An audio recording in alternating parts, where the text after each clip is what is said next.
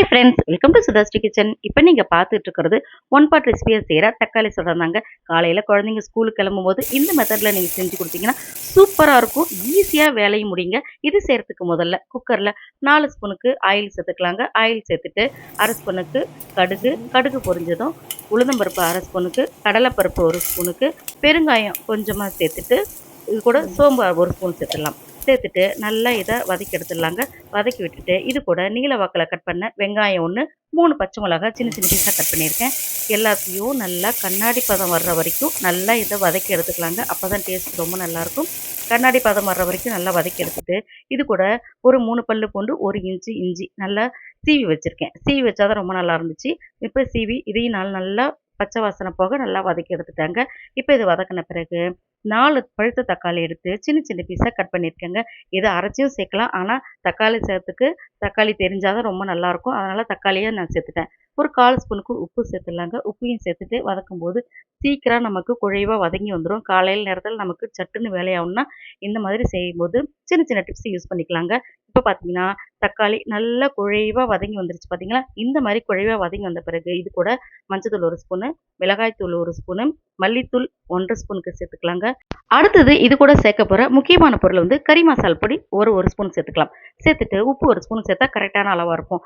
இப்போ இந்த மசாலா பொடிகள் எல்லாத்தையும் கலந்து நல்லா பச்சை வாசனை போக நல்லா இப்படி வதக்கி விட்டுறலாங்க. வதக்கி விடும்போது நமக்கு எண்ணெய் பிரிஞ்சு வர்றது நல்லா தெரியும். ரொம்ப ரொம்ப சீக்கிரமாக காலையில் நேரத்தில் இந்த மாதிரி லஞ்ச் பாக்ஸ் ரெசிபி ஈஸியாக செஞ்சிடலாங்க.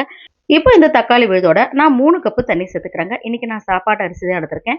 சாப்பாட்டு அரிசிக்கு 1 கப் அரிசிக்கு 3 கப்பு தண்ணி கரெக்டான அளவாக இருக்கும். இப்போ எல்லாத்தையும் நல்லா கலந்து விட்டுறலாம். அப்போ தான் அடிப்பிடிக்காமல் இருக்கும். நல்லா இப்படி தண்ணியோட சேர்ந்து இந்த தக்காளி விழுது எல்லாத்தையும் நல்லா இதை கலந்து விட்டுறலாம். கலந்து விட்ட பிறகு கொஞ்ச நேரம் இது கொதிச்சு வரணுங்க. இது கொதிச்சு வர சமயத்தில் நான் சாப்பாட்டு அரிசி 1 கப் எடுத்து நல்லா அலசி தண்ணி வடித்து வச்சுருக்கேங்க.